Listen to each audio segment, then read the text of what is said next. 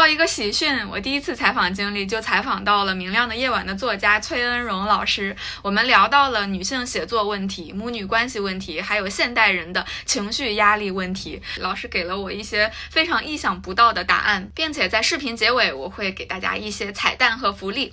那我们开始吧。我想先问一下老师，像之前就是伍尔夫他有一句话，就是说女人要写小说，她要有钱，还要有一间自己的房间。那现在其实很多女性她可以自己挣钱，她也有独立的写作空间。那崔老师觉得现在就是女性写作，她还会面临什么新的阻碍吗？ 한국 같은 경우에는 남성 임금과 여성 임금의 격차가 가장 심한 OECD 국가예요, 한국은. 그래서 사실 제가 생각하기에 많은 여성들이 불안정한 노동 속에서 일을 하고 있고 경제적으로 좀 안정되어 있지는 않다는 생각이 저는 많이 들어요. 그래서 여전히 창작자에게 돈이라는 거는 가장 중요한 문제라고 생각하고 자기 공간 또한 사실 돈이랑 이어지는 문제이지만 자기 공간을 가지고 글을 쓰는 것도 좀 사실 모두에게 주어지는 특권은 아니라고 생각해요. 그래서 저도 역시 돈과 공간이 가장 중요하다고 생각을 하고요. 그리고 최근에 제가 여성 작가로서 10년 동안 활동하면서 느꼈던 부분은 저는 작가로서 일하고 있는데 언제나 작가가 아니라 그러니까 약간 보편적이지 않은 존재로 불릴 때가 많이 있었던 것 같아요. 그러니까 저는 언제나 여성 작가로만 불렸지 뭔가 작가로서 사람들에게 받아들여지지 않는다는 느낌을 받았던 때도 있었어요. 왜 여자가 글을 쓰지? 이런 식의 뭔가 그런 의심스러운 시선이 초반에는 있었던 것 같고 특히 여성 작가들이 많이 활동을 하게 되면서 저에게 왜 이렇게 여자들이 많냐라는 질문을 많이 하셔서 그럴 때면 좀 답답하다 약간 이런 기분을 느끼기도 했는데 최근에는 그래도 그런 식의 편견은 조금씩 없어지고 있는 거 아닌가라고 느끼고 있습니다. 崔老师刚开始写是写一些短篇小说，然后到了后来才写了第一部长篇小说《明亮的夜晚》。那您觉得在写这部长篇小说的时候，和之前的一些写作经验有没有哪些不一样的地方？有没有一些很深刻的情节，或者是有哪些写的最艰难的地方？ 밝은 밤은 제가 처음 쓴 장편 소설이어서 장편 소설을 쓴 경험이 없었기 때문에 그게 가장 두려웠고요. 그리고 제가 글을 미리 계획하고 쓰는 유형이 아니어서 제가 쓰면서도 뭘 쓰고 있는지 잘 모르고 이 이야기가 어디로 가는지 모르고 하는 데서 오는 두려움이 좀 컸어요. 이게 중간에 길을 완전히 잃어버려서 그냥 기운만 쓰고 제가 힘만 쓰고 작품이 완성이 안 되지 않을까라는 생각이 중간에 들기도 했었고 그런 면에서 좀 두려움을 매일 이렇게 바라보는 시간이 있었고요. 그리고 이 창작 기간이 길다 보니까 끝나지가 않아서 계속 그걸 잡고 있는 게 좀 무겁고 어려운 느낌도 중간에 들기는 했어요. 那后来这部长篇小说就是受到了非常大的欢迎，包括比如说我在我的视频上讲这个小说的时候，有很多人都说听的就是一直在哭，就感觉心里在下大暴雨。对于这种后来很好的成绩，您当时有预料到吗？或者说您对于这个成绩后来是有什么样的感受？ 이 밝은 밤을 내기 전에는 좀 그게 되게 무서웠어요. 그 부분이 알 수가 없다라는 게. 그런데 이 책 같은 경우에는 그게 하나도 무섭지 않은 첫 책이었던 것 같아요. 그냥 쓰면서 이제 이거를 제가 긴 글을 처음으로 다 써봤잖아요.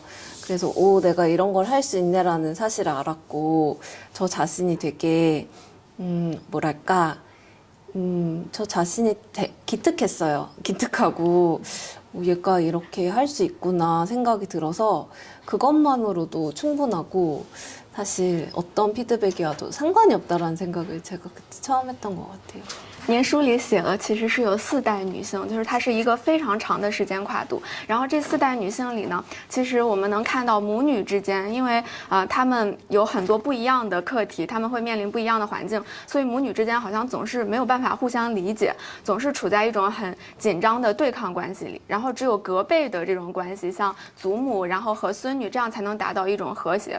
那在您的这种设计中，您觉得东亚女性她的母女关系如此紧张，是不是因为对彼此的一些期待过高，捆绑得太厉害了，才会造成这种情况呢？ 저는 이게 딸이랑 엄마가 서로 동일시하는 면이 있다고 생각해요. 같은 사람이라고 느끼는 부분이 있다고 생각을 해요. 어떤 일이 있거나 할 때는 그러니까 저랑 다른 사람이라는 게 잘 느껴지지가 않을 때가 있어요.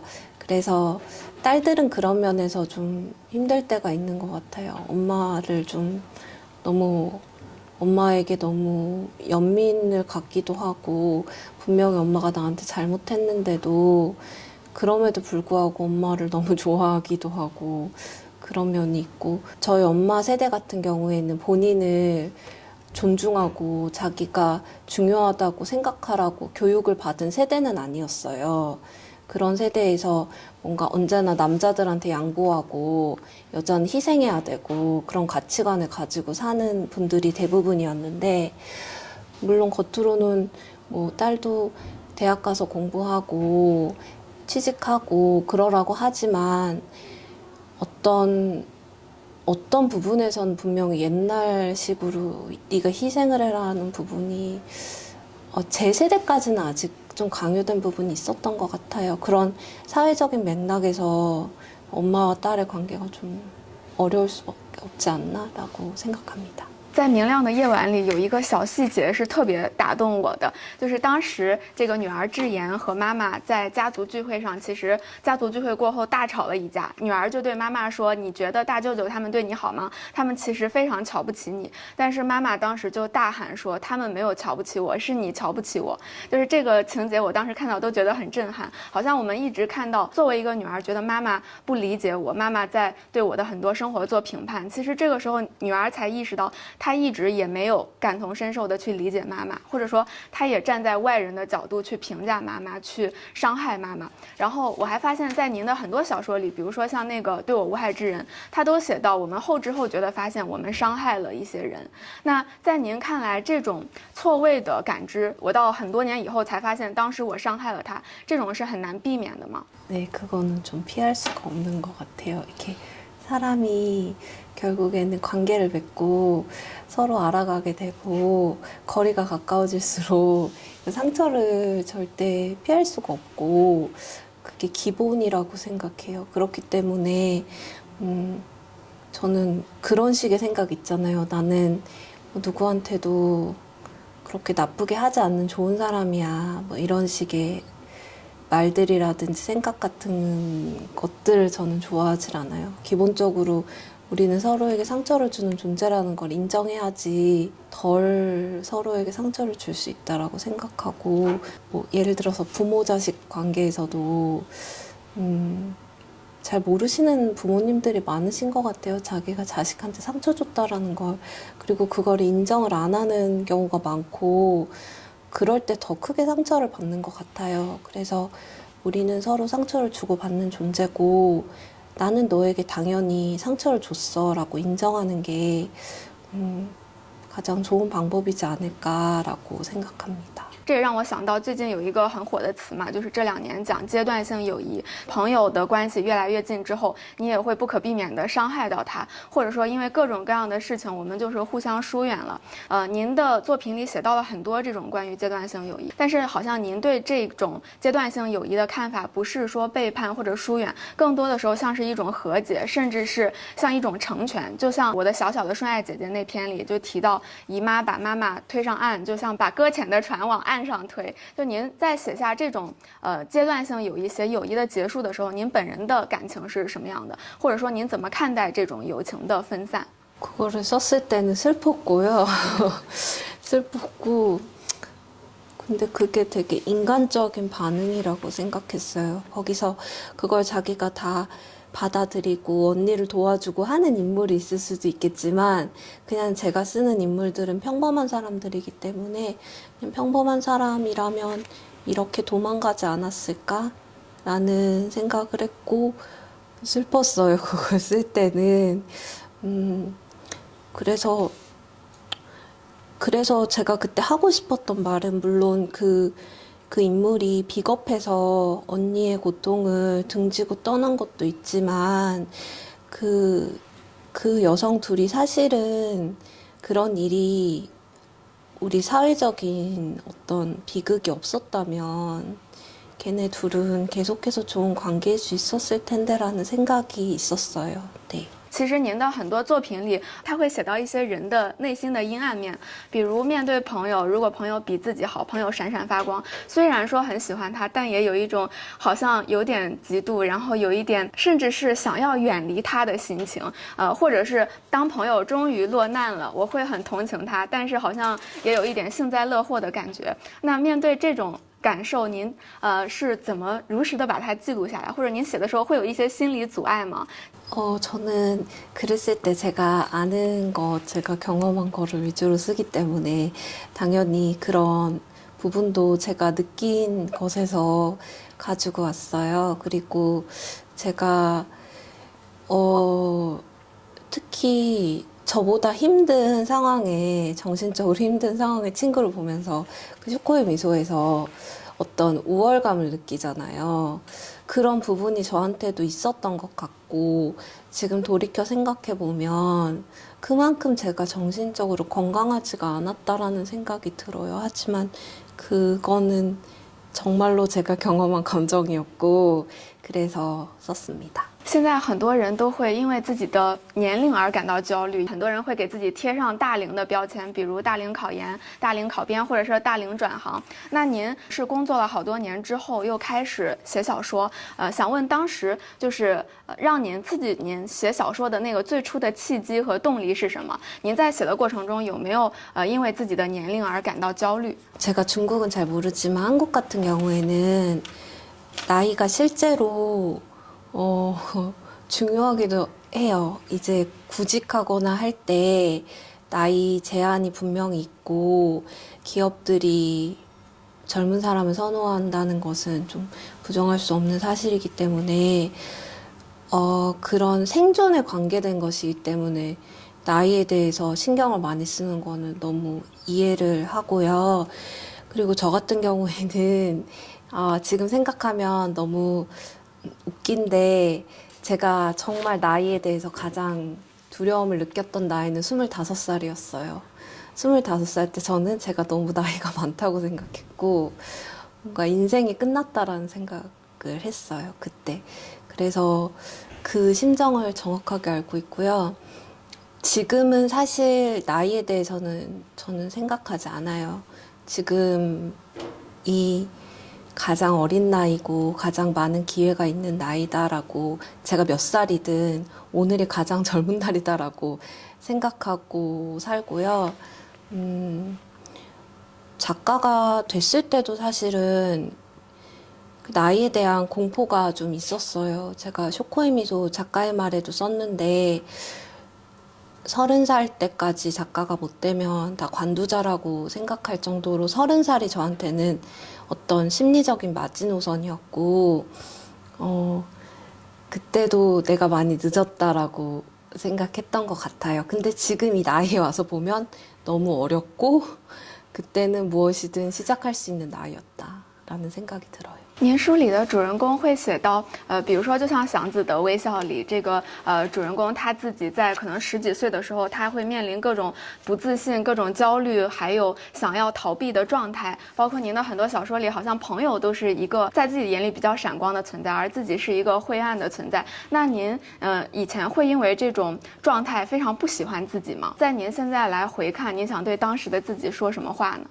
예, 그 쇼코의 미소에 나오는 소유처럼 저도 항상 쫓기듯이 살았어요. 어렸을 때 뭔가 제가 놓치고 있는 것 같고 뭔가를 뭐 잘못하고 있는 것 같고 뭔가 늦은 것 같고 그런 생각에 항상 시달렸고 그리고 저보다 훨씬 더 똑똑하고 인생을 잘 사는 친구들을 보면 제가 너무 한심하게 느껴졌어요. 그때는 그런 항상 어렸을 때부터 그런 식의 생각이 저한테는 있었던 것 같아요. 그래서 뭐 어렸을 때 제가 저한테 해주고 싶은 말은 오, 정신을 차리고 그냥 너를 좀 받아줘. 그냥 네가 어떤 모습이든지 너를 너무 미워하지 말고 좀 그냥 불쌍히 여기고 좀 받아줘. 그리고 괜찮다고 얘기하고 싶어요. 그냥 살아가는 것 자체가 전 진짜 대단한 거라고 생각해요. 그냥 사는 것 자체가 그냥 살아가고 있으니까 괜찮고 다 너무 걱정할 거 없다 이렇게 얘기해주고 싶어요. 老师，现在就是我们中国有很多女性都非常喜欢看那个韩女 vlog， 就觉得她们整体上又很自律，然后又非常热爱运动，然后每天可能只睡4个小时，其他时间都在学习。那对于这种就是韩国女性整体上向上的这种生命力，您是怎么看待的呢？ 저는 그런 사람이 아니어서 저도 너무 대단하다고 생각해요. 이제 정말 이제 제가 어렸을 때랑은 정말 많이 달라졌다고 느끼는 게 제가 20대 때는 운동하는 사람 아무도 없었어요. 근데 이제는 정말 모두가 다 자기 관리를 하고 잠을 줄여가면서 막 퇴근하고 공부도 하고 그거를 이제 갓생 산다고 하거든요. 근데 너무 대단하다고 생각을 하면서 한편으로는 장기적으로 봤을 때, 길게 봤을 때 이게 가능한 일인가라는 생각은 솔직히 하고 있어요. 그게 약간 번아웃으로 가는 길이 아닐까라는, 물론 저라면은 그럴 것 같은데, 다른 분들은 안 그럴 수도 있을 것 같은데, 약간, 와, 대단하다 하면서도, 근데 이거를 계속할 수 있을까라는 생각은 좀 들어요. 所以老师，您在休息的时候，您更倾向于就是睡一个懒觉，然后看看书、看看小说，这样比较悠闲的度假一样的日子吗？ 네, 저는 좀 제가 이제 자극에 예민한 편이어서 집에서 누워 있고 인터넷하고 하는 시간이 좀 필요해요. 그래서 쉴 때는 좀 많이 게을러지고 그냥 좀 한국에서 봤을 때는 한심한 사람이라고 생각할 정도로 좀 푹 쉬는 편이에요. 那您的 MBTI 是什么？您测过吗？我猜一下，应该是 INFP， 反正应该是 I 和 P。 네, 전 INFP고요. 정말 I랑 P가 좀 강하기는 해요. 네. 那您平时会追一些韩国的 idol 吗？比如说会去看他的演唱会，会追他的一些签售之类的这种。 제가 좋아했던 아이돌이 많지는 않은데 가장 최근에 좋아한 아이돌은 트와이스였어요. 그래서 이제 제가 트와이스를 뽑는 경연 프로부터 보기 시작해서 이제 되게 가깝게 느끼고 항상 영상도 다 찾아보는데 콘서트에 갈 만큼의 열정은 에너지가 없었던 것 같아요.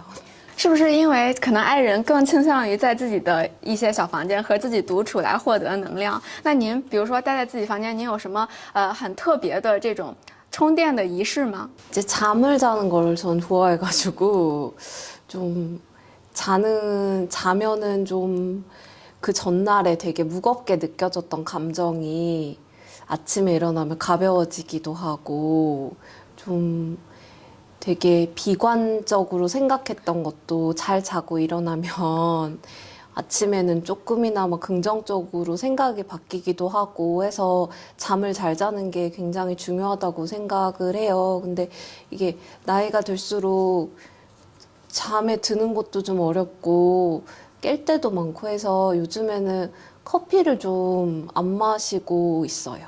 有没有推荐一些韩国其他女性作家写的一些作品呢？ 김혜란 작가님 작품 다 좋아요. 김혜란 작가님의 모든 소설이 다 좋고요. 그리고 저는 황정원 작가님을 많이 좋아해가지고 네, 황정은 작가님이 쓴 모든 책을 다 좋아해요. 最后想问一下，就是我们经常会开玩笑说韩国是中国的体验服，因为韩国现在整体的就业压力也很大，年轻人都非常卷。中国现在其实也有一点这种趋势，刚毕业的毕业生特别多，然后找工作也很难。那您对于现在中国的这种年轻人有什么建议吗？ 정말 드릴 말씀이 없고 제가 20대 때 살았던 세상이 있는데 지금이랑은 비교할 수가 없는 것 같아요. 그러니까 지금 젊은 분들은 저희 때보다 훨씬 더 많이 준비를 해도 직장을 구하기가 훨씬 어려운 상황이어서 제가 드릴 말씀이 사실 없어요. 그리고 어찌됐든 저도 기성세대이기 때문에 이 세상에 대한 책임감을 느끼고 정말 미안하다라는 그냥 죄송스럽다는 말밖에 드릴 말씀이 없는 것 같아요. 근데 이 상황에서도 이런 상황이 되게 자기 자신을 해치기 쉬운 상황이라고 저는 생각을 해서 이게 되게 그냥 말만으로는 가벼운 말로 들릴 수도 있겠지만 진심으로 말씀드리자면 그냥 매 순간 자기한테 친절했으면 좋겠어요. 왜냐하면 뭐 가족을 포함해서 세상이 너무 험하기 때문에 요즘에 어느 누구도 친절하게 대해주지 않아요. 그러다 보면 자기한테도 가혹하게 할 수 있고 그러다 보면 점점 더 상처받기 때문에 적어도 나 하나만큼은 나한테 친절하게 해줬으면 좋겠다라고 이야기하고 싶어요. 所以更觉得崔老师的书就像这本书一样，即使以最微弱的光，就是在这种环境下，也像一个小亮光一样在照着我们，让我们能够在这种可能不是那么顺畅，可能有些艰难的环境中往前走。那我们一起跟观众说一句再见，我们下本书见，下次再见，下次再见，拜拜，拜拜。